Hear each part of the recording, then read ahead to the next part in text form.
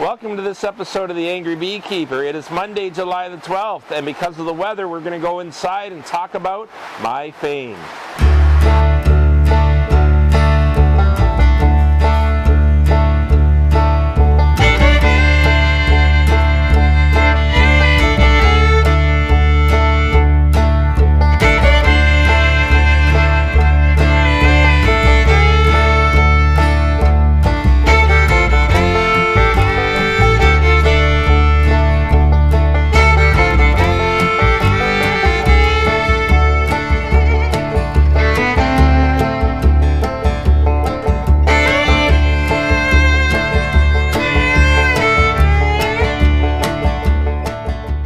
Being famous impacted my life? Well, I'm still the same old guy I was. I put my pants on one leg at a time.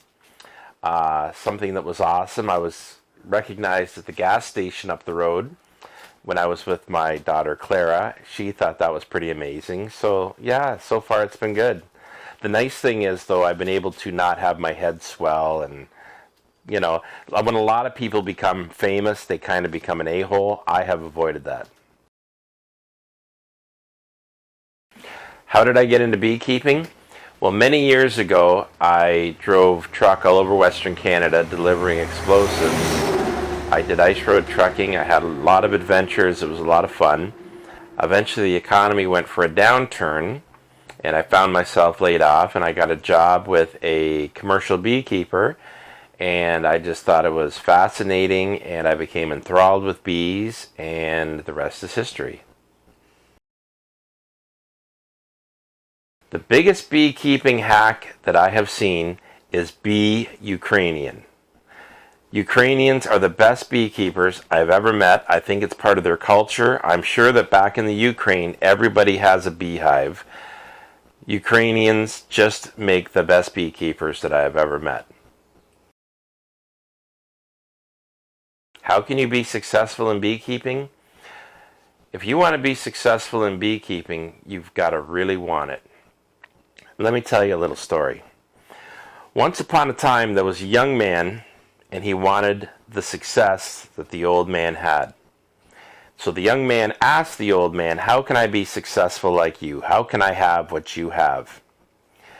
And the old man said, "If you want to learn my secret to success, meet me down by the water tomorrow morning." Tomorrow morning, yes, tomorrow morning. So the next day, the old man goes down to the water, and there's a young man waiting for him. So the young man says, "I'm here. What's the secret to your success?" The old man says, "Walk out to that water, up to your knee." The young man walks out. The old guy says, "Go farther." The young guy walks out to his waist. The old guy says, "Walk out even farther." So the young man walks out into the water up to his shoulders. He turns around, and the old guy's out there and holds his head down under the water. And after what seemed like an eternity, the old guy let the young guy up. The young guy is gasping for air. And the old guy says, "When you were under the water, what was the one predominant wish of your heart?" And the young guy said, "Air." And the old guy said, "If you want to be successful, you've got to want it as bad as you wanted that air." So if you want to be successful in beekeeping or anything else, you've got to want it as bad as air. And it's the people that decide they're going to be successful no matter what. Those are the people that end up successful. What advice would I give to a new beekeeper?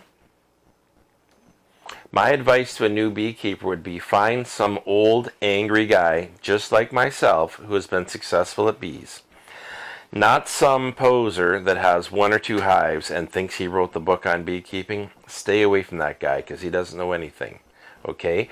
And preferably this old guy that you find as a mentor, if he's got an ex-wife or at the very least is in an angry relationship, that's your guy.